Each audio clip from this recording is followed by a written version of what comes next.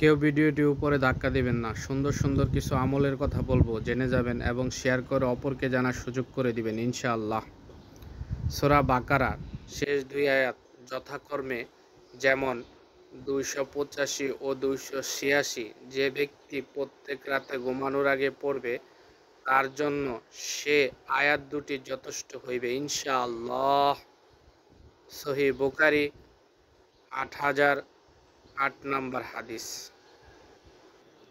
রাসূলুল্লাহ সাল্লাল্লাহু আলাইহি সাল্লাম বলেছেন, সূরা ফাতিহা যার পক্ষের মন্ত্র এবং রোগের মহা ঔষধ। সহিহ বুখারী 5736 নম্বর হাদিস। রাসূলুল্লাহ সাল্লাল্লাহু আলাইহি সাল্লাম বলেছেন, সূরা ইখলাস যদি কেউ 3 বার পাঠ করে তাহলে সে একবার সম্পূর্ণ কুরআন খতম হওয়ার সওয়াব পাবে। সুবহানাল্লাহ। এবং কেউ যদি 10 বার পাঠ করে তাহলে জান্নাতে তার জন্য একটি ঘর নির্মাণ করা হয়। সুবহানাল্লাহ। এবং কেউ যদি অন্তরে একবার পাঠ করে তার জন্য জান্নাত ওয়াজিব হয়ে যায়। সুবহানাল্লাহ। সহিহ বুখারী 5013 নম্বর হাদিস। প্রিয় নবীজি বলেছেন, সূরা ফালাক ও সূরা নাস এই দুই সূরা নিয়মিত পাঠ করলে জিন ও বদনজর থেকে হেফাজতে থাকা যায়। সুবহানাল্লাহ। তিরমিজি 2058 নম্বর হাদিস।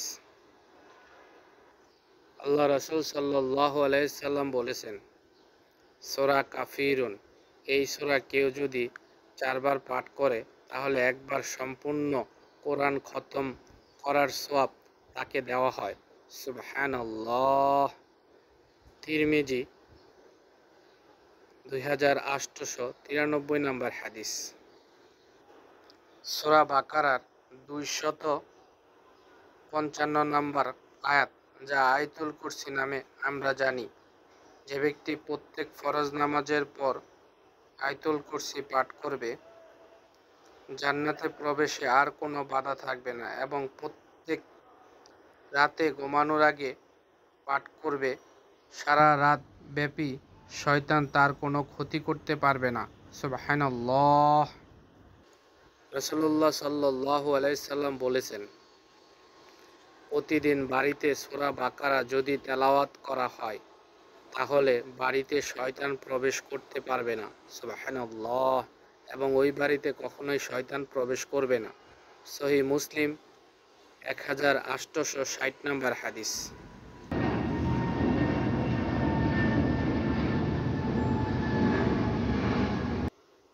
রাসূলুল্লাহ সাল্লাল্লাহু আলাইহি সাল্লাম বলেন, আমি যখন অসুস্থ হতাম আমি কালো জিরা খেতাম। সুবহানাল্লাহ। সহিহ বুখারী 5687 নম্বর হাদিস। অবশ্যই প্রিয় নবীর হাদিসগুলো সকলের মাঝে ছড়িয়ে দিবেন। রাসূলুল্লাহ সাল্লাল্লাহু আলাইহি সাল্লাম বলেছেন, যে ব্যক্তি আমার হাদিস শুনলো এবং সবার মাঝে ছড়িয়ে দিল, কিয়ামতের দিন আমি নিজে তাকে সুপারিশ করব। সুবহানাল্লাহ, সুবহানাল্লাহ, সুবহানাল্লাহ। আল্লাহ রাসূল সাল্লাল্লাহু আলাইহি সাল্লাম বলেন, যদি কেউ চায় যে বিপদের সময় তার দোয়া কবুল হোক তাহলে সে যেন সুখের দিনগুলোতে বেশি বেশি দোয়া করে। সুবহানাল্লাহ। তিরমিজি 3392 নম্বর হাদিস। আল্লাহ তাআলা আমাদেরকে বোঝার তৌফিক দান করে দিক, আমিন। প্রিয় ভাই, অবশ্যই হাদিসগুলো শেয়ার করে সকলের মাঝে ছড়িয়ে দিবেন। এর বিনিময়ে হয়তো অনেকেই হাদিসগুলো সম্পর্কে জানবে, আমল করবে, আল্লাহ তাআলা খুশি হয়ে যাবেন। সুবহানাল্লাহ। এবং আপনার আমলনামায় অসংখ্য অগণিত নেকি দান করবেন ইনশাআল্লাহ।